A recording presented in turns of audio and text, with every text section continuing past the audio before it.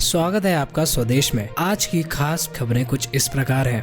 PM street vendor योजना में 1.25 लाख मामले बैंकों में अटके। मुख्यमंत्री बोले प्रधानमंत्री को लिखेंगे पत्र। कोरोना काल में लोगों को रोजगार देने के लिए शुरू की गई पीएम स्ट्रीट वेंडर योजना में बैंक सिविल स्कोर या किसी अन्य कारणों से लाभार्थियों के लोन को अटका रहे हैं। प्रदेश में करीब 1.25 लाख मामले ऐसे हैं जो सरकार ने स्वीकृत कर बैंकों को भेज दिए हैं, लेकिन उन्हें लोन नहीं मिला है। मुख्यमंत्री शिवराज सिंह चौहान ने 2 दिन पहले कलेक्टर कमिश्नर कॉन्फ्रेंस में भी सिविल स्कोर के नाम पर लोन रोके जाने पर कड़ी आपत्ति जताई है। बैंकों को पहले भी चेतावनी दी गई है कि जिन मामलों को शासन ने मंजूर कर दिया है उसमें अड़ंगा ना लगाएं। मध्य प्रदेश में केरल व आसपास के राज्यों से मुर्गे मुर्गी लाने पर रोक। केंद्र ने कहा इंसानों में तेजी से फैलता है, इसलिए सतर्क रहें। बर्ड फ्लू से हो रही कौओं की मौत के बाद राज्य सरकार ने केरल और उसकी सीमा से जुड़े राज्यों से आने वाले पोल्ट्री पर कुछ समय के लिए प्रतिबंध लगा दिया है। यह अस्थायी तौर पर लागू रहेगा।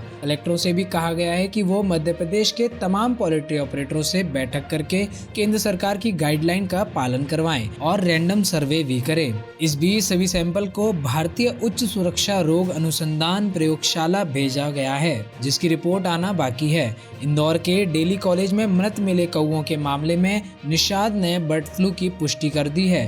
केंद्रीय स्वास्थ्य मंत्रालय के सचिव राजेश भूषण ने निषाद की रिपोर्ट के बाद मध्य प्रदेश सरकार को सचेत कर दिया है।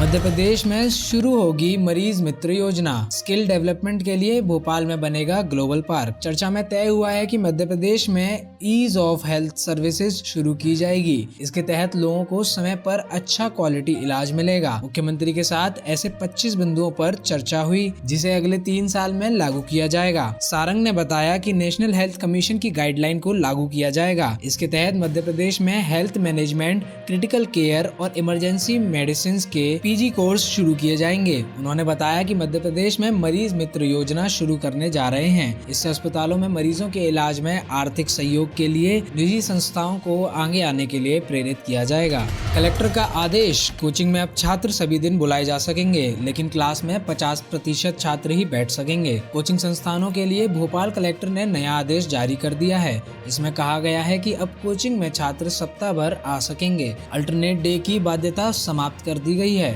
पहले एक छात्र को लगातार 2 दिन नहीं बुलाए जाने के आदेश थे। इसके अनुसार छात्र को सप्ताह में अधिकतम 3 दिन ही कोचिंग बुलाया जा सकता था।